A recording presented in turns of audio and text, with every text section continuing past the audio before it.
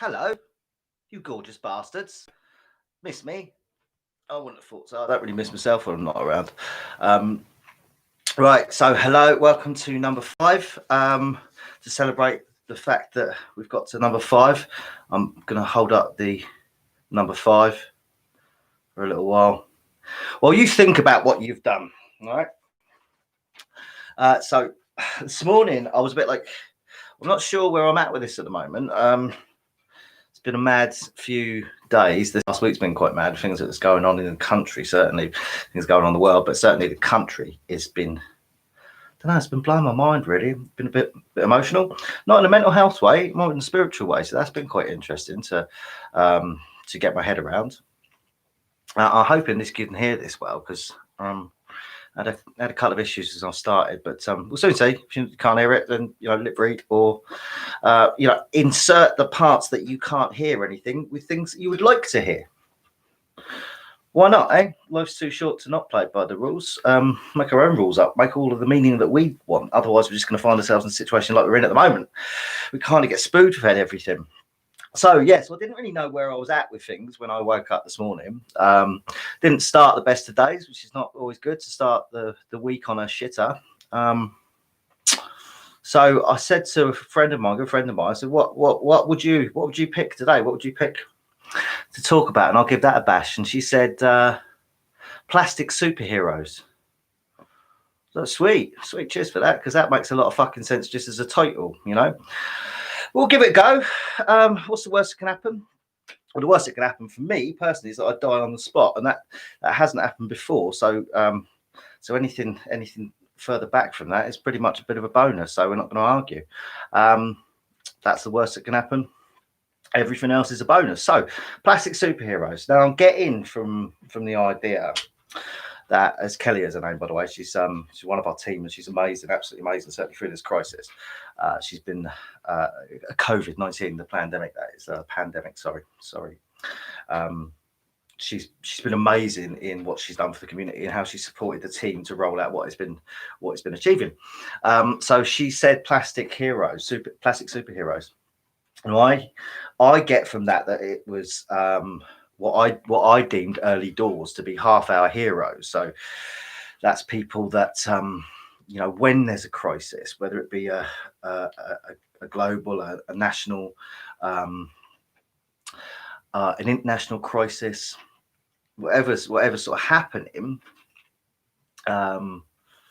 you get an amount of people that rush to the scene and they want to be seen to be helping, which is great. It's fine. Everyone's got their need to do something, everyone has something innate in them that wants to be good, wants to do what's considered to be the right thing. That morality might shift through time, but certainly we've got an idea of where we're at the moment, with what's right and what's wrong. And so everybody wants to be seen to be doing that. For somebody like myself, who's been embedded in outreach type work, charity sort of work for years, I think I've done this about 7 or 8 years, and some big events as well within what we do. So I've done it I've done it alongside a community that's huge and hits a lot of those social deprivation markers. So we get poor in lots of senses,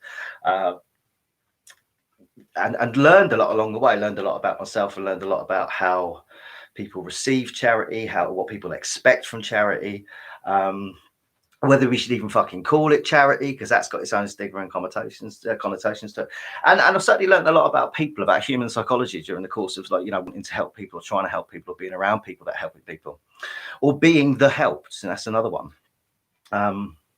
Learned a lot. So you get these things like half-hour heroes, and certainly this is where I think Kelly was going with the title of plastic superheroes. The half-hour heroes would be the ones that they rush straight in. I mean, when the COVID crisis picked up, I think there was, hundreds of thousands of phone calls up through the NHS, people volunteering to be volunteer doctors and nurses. Do you know what I mean? Having to play at the game.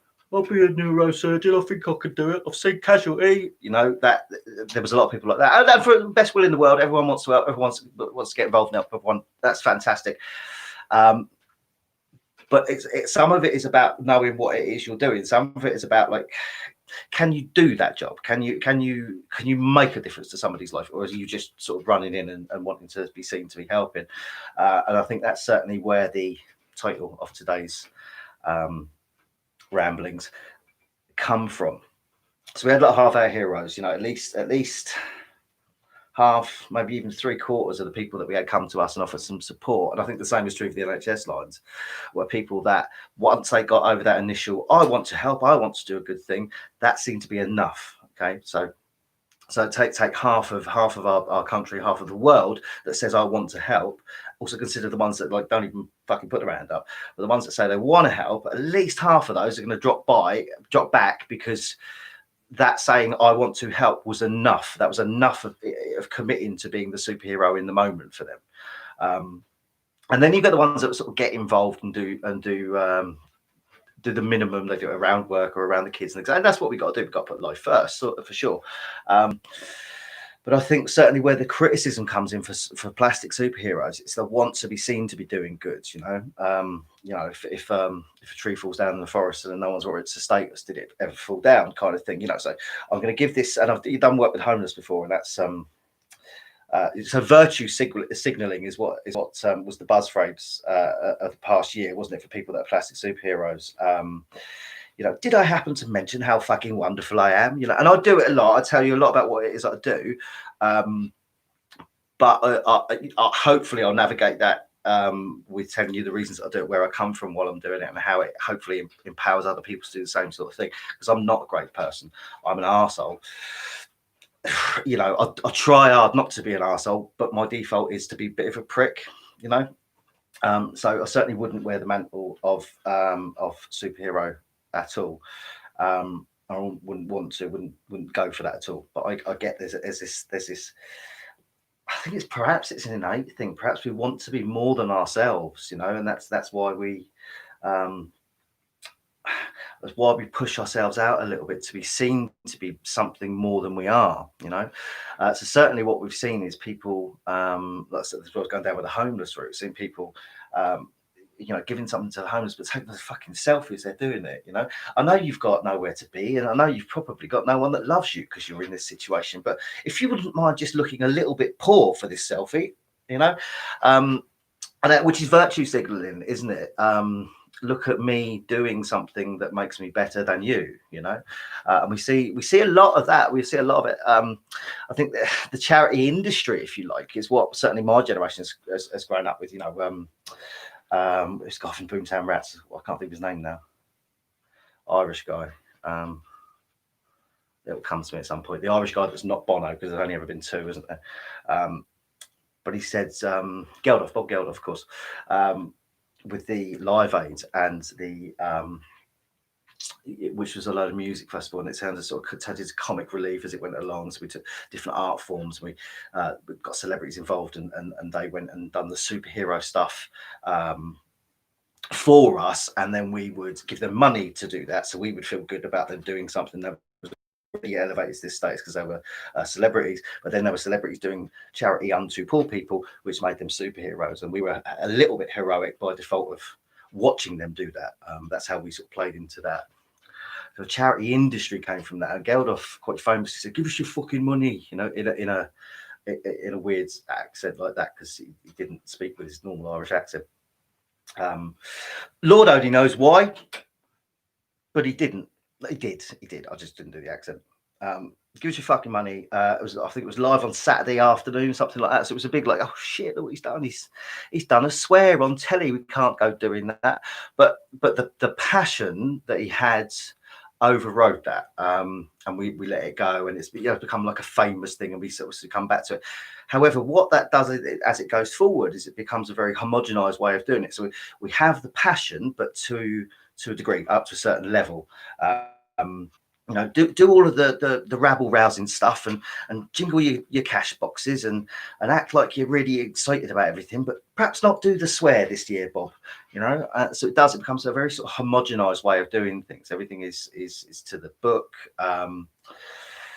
It ticks all the certain boxes, and it outplays this idea of what charity might look like with with what's in our mind, like bouncing off the passion and the ruggedness of it all. And then we got this charity industry. So then what happens along the line of that charity industry, where we have these very superficial superheroes that are happening, you know. I'm not saying any of these people aren't wonderful people, but I think certainly Forsyth, who was a big on, I believe it was Cognitive. I don't do all these, so I don't know a great deal about them, other than the ones I'm referring to back in the 80s when I still had an idea of what they were. I'm pretty sure that Forsyth was paid to do his hosting of the event, which when it came out was like a borrowing. You know, it's like, you guys earn a lot of money as it is. You all know your tax loop, so you keep all the fucking money that you own, whereas we don't. And then you're getting paid to do the charity stuff as well, which is essentially telling us people to put money, to put our hands in our pockets, you know. So I think he was a bit controversial like that. There's certainly a lot of others that do it, but it's like I say, it's a charity industry. They know what they're doing, and it makes a lot of money. You know, it makes a lot of money for charity, arguably, but it also makes a lot of money for the CEOs of those charities, because they're working in a competitive way. In a marketplace where they weren't running charities, they'd be running other companies, making money for people. So that's the reason why we should pay them large amounts of money. Even though, of course, on the grounds, we still believe actually if you're doing something good, you do it for nothing. You know, and I think you know, locally that's sort of where the integrity's been with what my company, my group has done for a while, because none of us have ever got paid for anything. And everyone knows that, so every sort of penny that comes in goes straight back at people that need it. You know, bare minimum of organisational costs. If we can put our own petrol in, put our own petrol in. Do you know what I mean? It's always been that sort of thing, because that's got that sort of integrity to it in terms of doing charity. So yeah, I think that's kind of lost it along the way a little bit. This sort of celebrity culture, charity stuff. You know, this mediated superhero that we reflect our want to be more than us do, but we allow them to do it for us. They mediate that whole effort of doing something charitable. They do it for us. We just pay them to do that and watch them being celebrity all in all while they're doing it. You know, so very, very much the plastic superhero stuff, as by design. Of course, as that goes along, we realise actually we could be a bit more invested in this, and sort of local fundraising is something which a lot of people think, yeah, that's kind of cool, let's get involved with that. So you had a lot of people filling up baths of beans and sponsored waxes, and you know, I'll grow my nasal hair for 2 years, and so everyone can sponsor me while I'm doing that, you know. And that's always a fun thing, because it puts somebody at that center again of I will take the attention, and in as a trade-off for taking that, for people giving me that attention, we will earn something towards a charity. And of course, all of these are going down the model of money, throw money at a problem to solve it. You know? And as I say, the trade-off there, the transaction is that our egos are put up front to be seen to be doing something wonderful, and that gives some money to pull people along the line. You know, so it's still very much in that mode of being manufactured more than humans, you know, the Ubermensch and the Superman, you know. So I think certainly where Kelly was coming from, was she wants to do this. She wanted to undermine the experiences that we've had with, like she said, plastic superheroes, fake people, you know, doing charity is essentially her aim there. Like I said, I had the bit with this half-hour heroes. So when the going gets tough, the tough fuck off. You know, the tough stay, but the others fuck off. And I think we certainly experienced a lot of that as a small community-led group, but as larger communities in society, we certainly noticed a lot of that. There's a lot of people on the NHS. You know, volunteer list, huge amounts of people, you know, couple of days, 3's in, and then they're not even answering the phone anymore, you know, so they're not wanting to do it. So they've done their bit, they've said, I will be a hero, and then that's it, that's that box ticked off for them. And you know, and I'm sure later on they can all say to their kids, remember that time I offered to do something, and I never did it, but I offered, and that kind of makes me special, more special than you, boy, you know. So there's some of that to it, I'm sure, you know. Now, as you go further down the line with that, you've got the people that do turn up and do those things, but they've got to balance it off actually with life. And that's fine. That's fine. Balancing it off with life is what we've all got to do, because we all We all got to eat, we all got to sleep, we all got to shit, you know. So we've got to do those things for other people or with other people, balancing off what it is our own responsibilities are. So I'm not saying that everyone should be a martyr to charity, isn't it? Not at all. But there's another breed of people then that's when the acknowledgement is a big draw, you know, because all the time they're making these sacrifices in their normal life to do the right thing. The transaction there is that they are seen to be doing the good thing as well. They're acknowledged and appreciated for doing that as well. So we see after that first lot drop off, a second lot of people that and these are the ones that I think are the ones that give 2 or 3 times a year at certain times. And again, any giving, any form of support is a wonderful thing, and we've got to encourage that. I'm not trying to dissuade that from anybody at all, because it is a fantastic thing. It does make a difference. However, there are other ways of making a difference, not just throwing money at things. So I think these are the type of people that, 2 or 3 times a year they'll sign a check and that's it, and they've done their bit to save the world. So that's our second level of plastic superhero. Like I say, they're still necessary, but we could be doing a little bit more. So I think the next level you've got from that are the people that really live in a different way. They bring about change by the way that they live.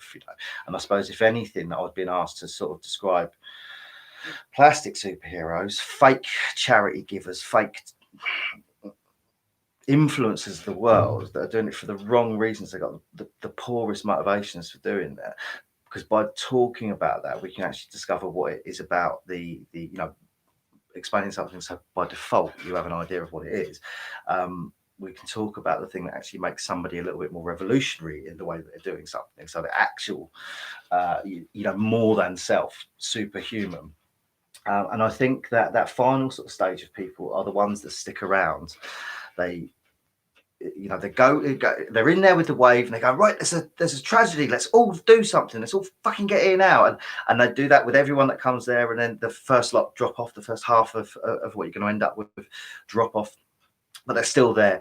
And then there's a second lot. They go, right, okay, so let's take some selfies of ourselves while we're doing this. And 2 or 3 weeks later, and no one's bothered to be interested in their virtue signaling anymore, so they sort of drop off. And then you get the last few that are still there, and they're doing good things unto people, and they've got an idea of who's poor and who's needy, and they'll throw different bits and pieces in that direction.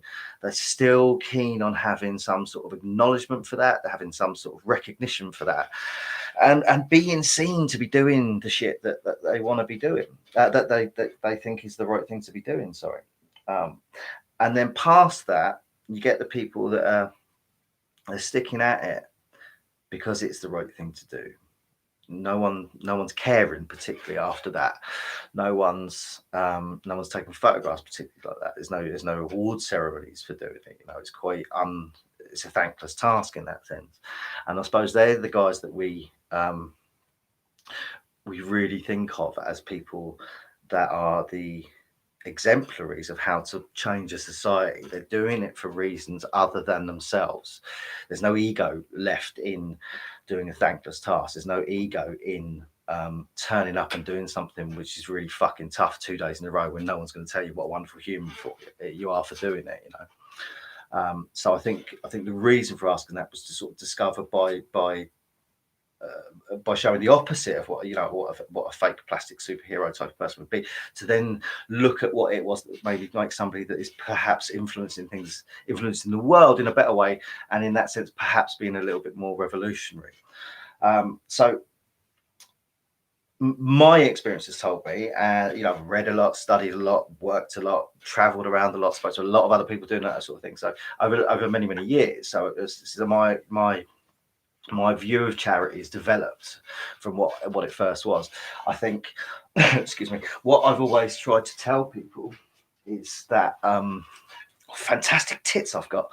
What I've always tried to tell people is that we have an idea of what charity is. We have an idea of what good is. But that's our idea of good, and our idea of good can't just be mapped over somebody else, So I'm a vegan, fat vegan. Yes, I like my pasta, but I'm a vegan. So my idea of good would be to have an ethical cupboard. You know, your food, your groceries at home are all ethical. They're all, you know, animal friendly. They're all plant based. They use packaging that doesn't affect the environment. As he takes a swig from his single use plastic water bottle, and then punches a swan. But that's my view of what's good and proper and right.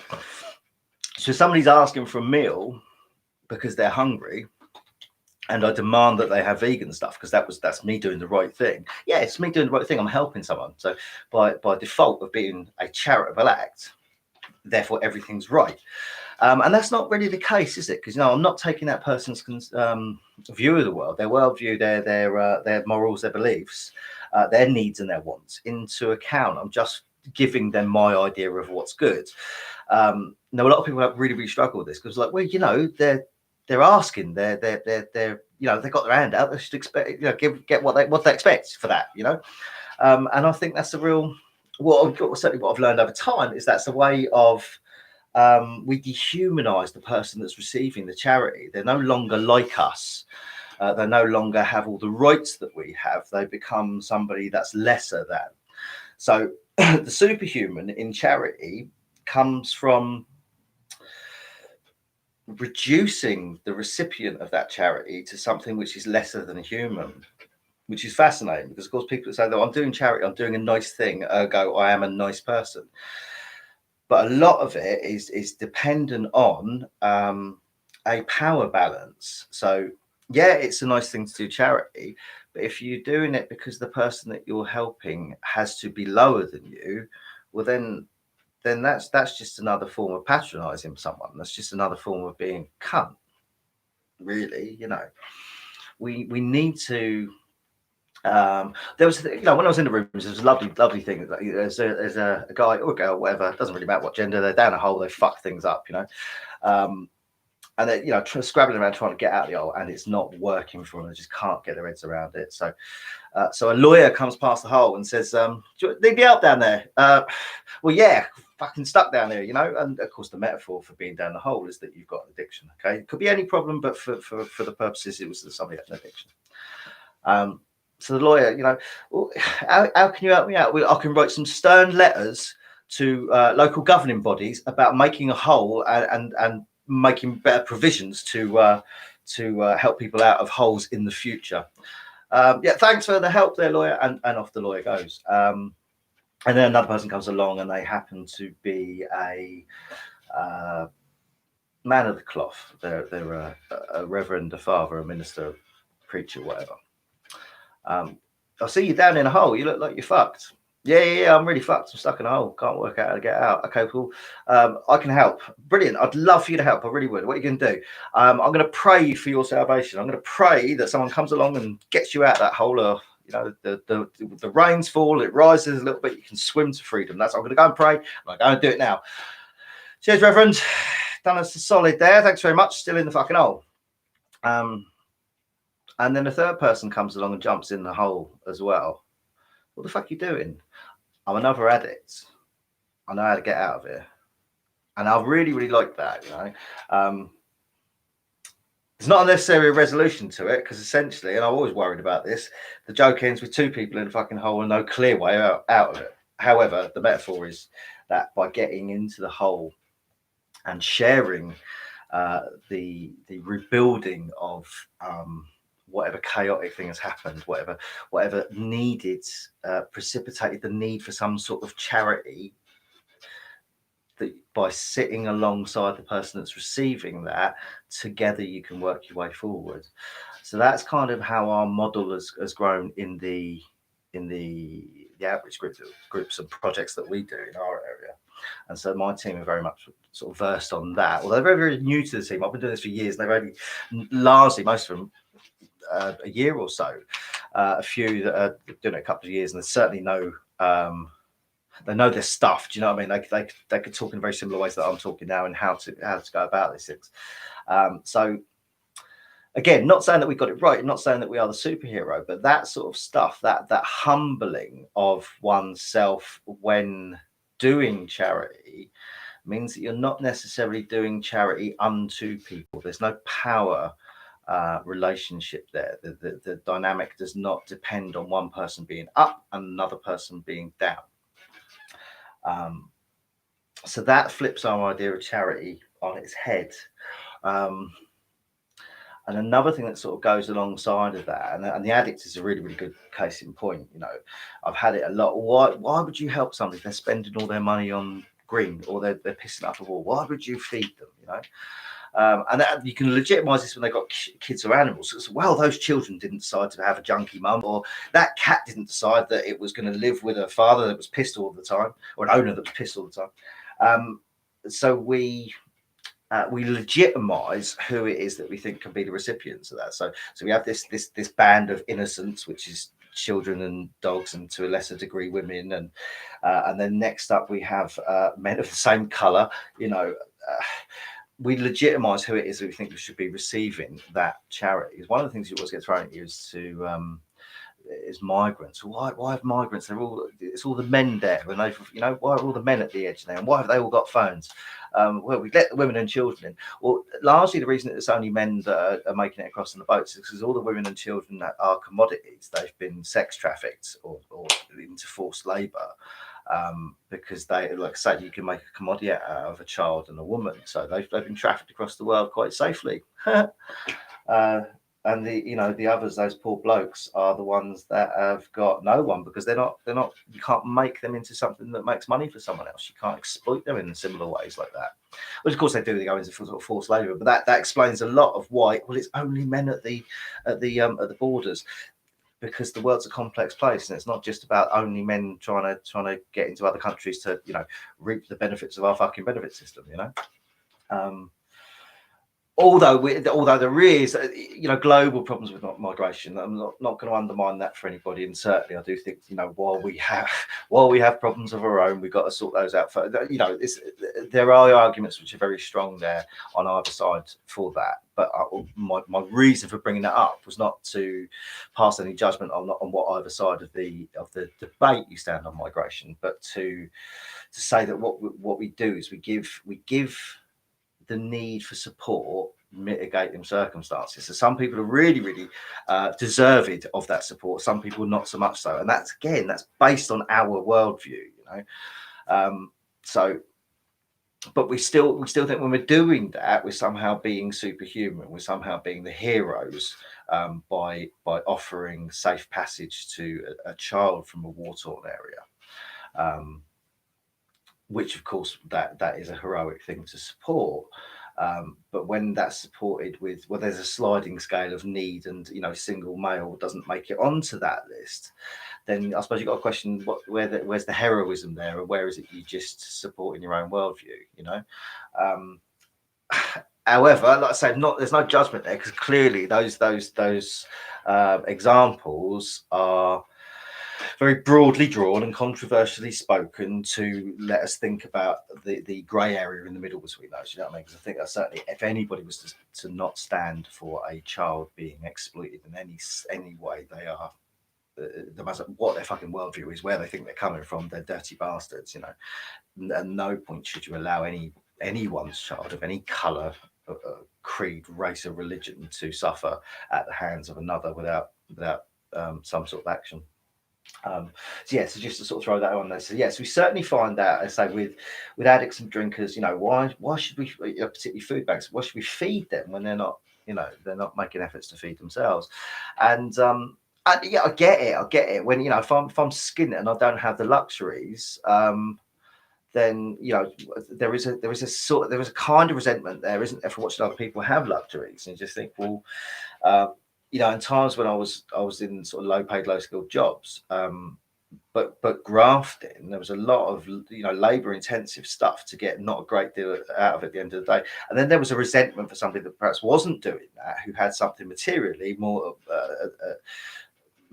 significant than what I could afford to by grafting, and there's some sort of inbuilt resentment there. And it's all right to say to someone, well, everyone should have Buddhist values, because then you wouldn't worry about the material things that they've got and you haven't, because it wouldn't be of any importance to you.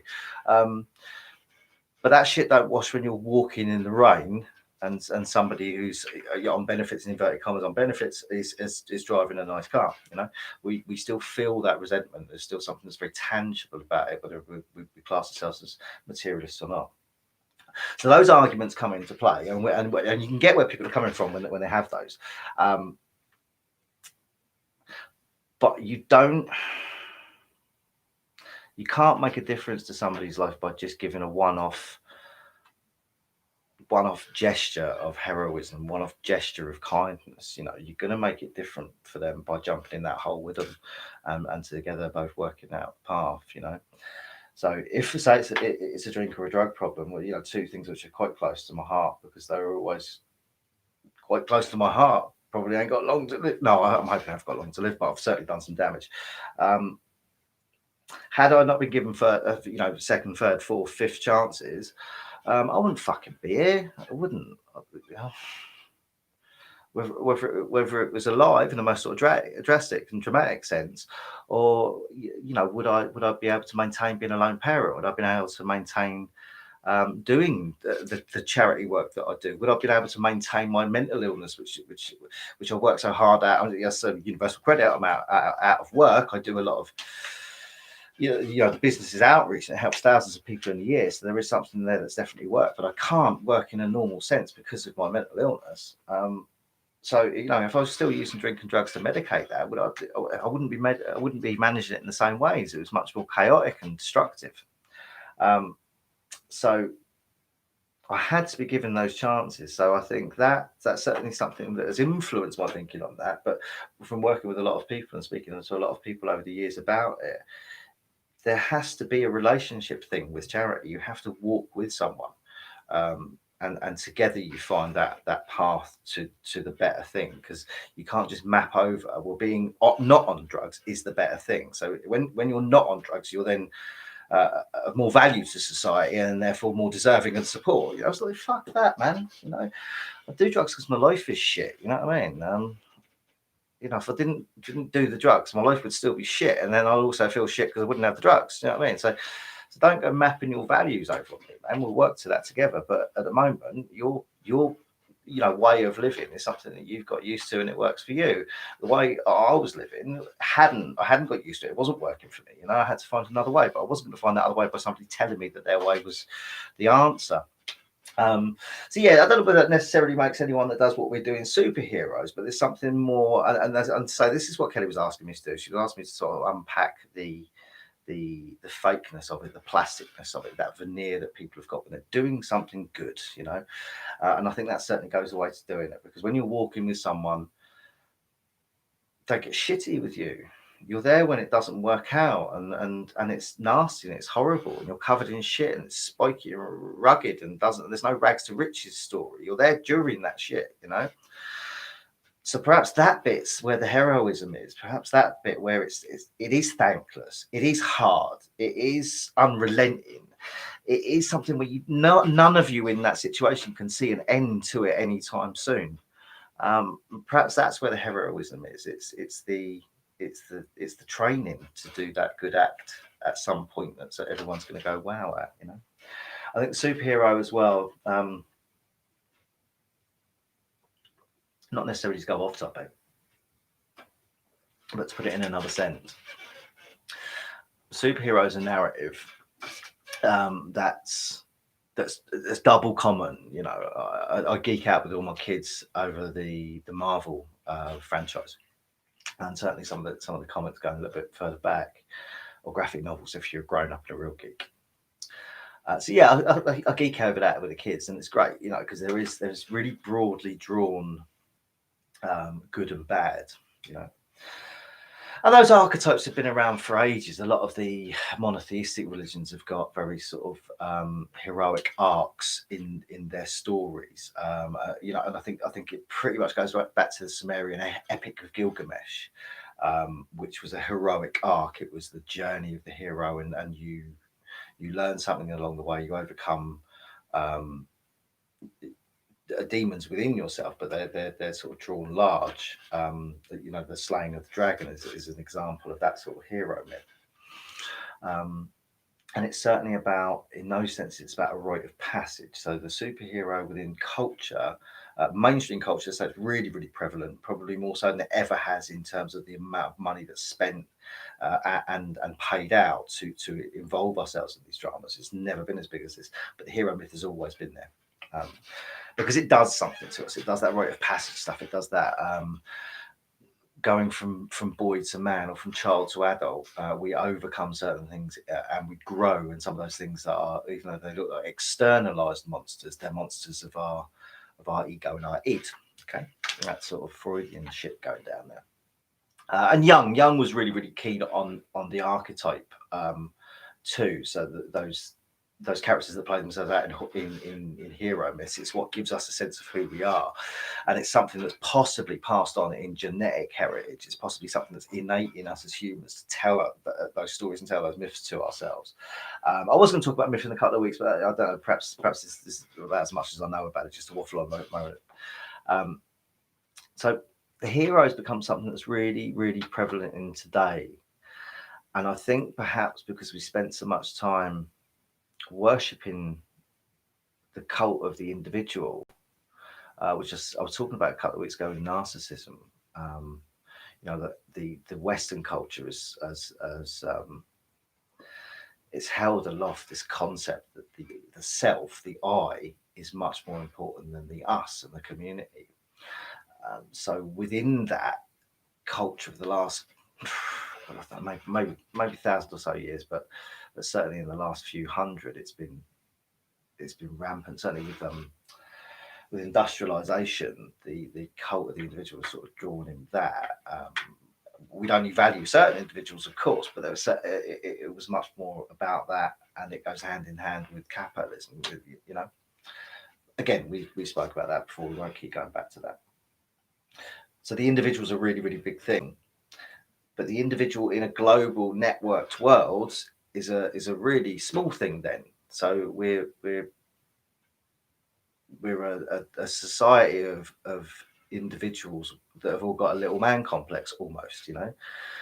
So in that sense, it's no wonder that we've got superheroes drawn large, so we can reflect onto them what it is that we would like to see in ourselves, and not necessarily we're all going on that hero's journey ourselves and doing the things that are good, overcoming the things that are bad, fighting injustice and slaying the monster.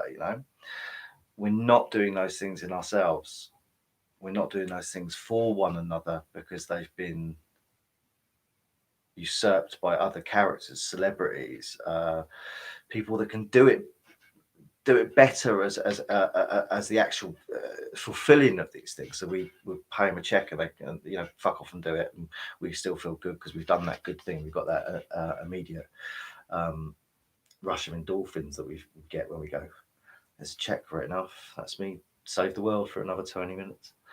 But there's something in us that's not fulfilling those more than me, more than I drives that we've got that are innate in us as natural beings, that we need to come out of our sense of self and do something much bigger and larger for the whole. So we are throwing ourselves into these superhero narratives because that allows us to play that out in our minds in a safe hour and a half, and then go back to just acquiescing to the larger narratives of how we go about society. Uniformity, being complicit in how our lives are dictated to be being told. So that's safe. If we're going with the crowds, that's safe. If we're standing out being a superhero, that takes a lot of courage. That's a thankless task. You're putting yourself at risk on that one. You may become wonderful, but the chances are you probably won't, and it will be difficult on the way. So rather than make those risks, we sell a bigger narrative, we sell bigger stories, we can do it safely for an hour and a half, and then we don't have to be plastic superheroes. Sorry, we do have to be plastic superheroes for that hour and a half. We don't actually have to be the real superheroes, which are guys and girls without capes that are covered in shit.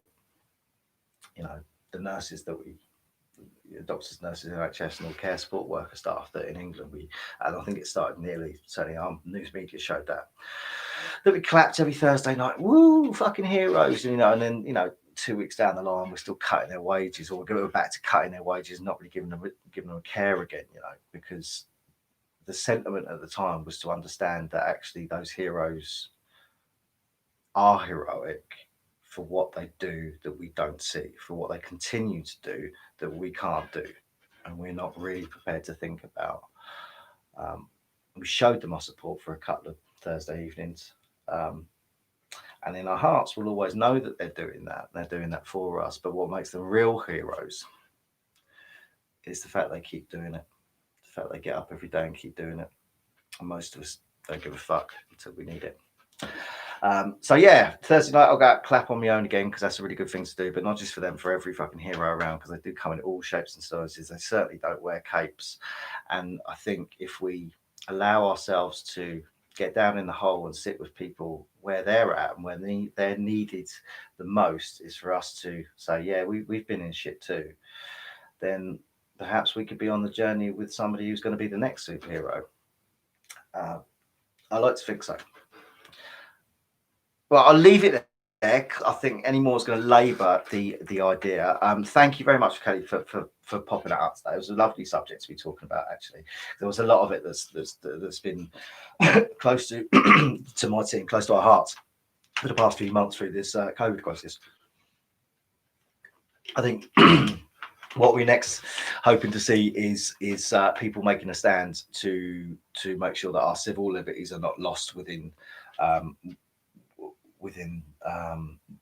the political responses to the virus, and that's going to take people standing up and making noise, so we keep our rights, because of those who don't stand out, who don't take those risks, who don't attempt to be heroic.